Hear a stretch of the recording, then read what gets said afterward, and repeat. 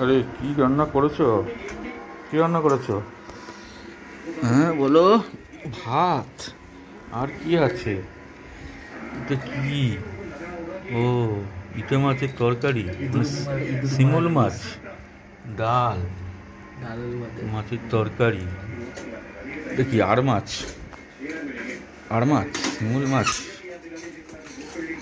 তাহলে আর কি করেছো? ইলিশ শাকের তরকারি আর মাছ, শিমুল মাছ। ও আর শিমুল প্রায় একই, তাই না?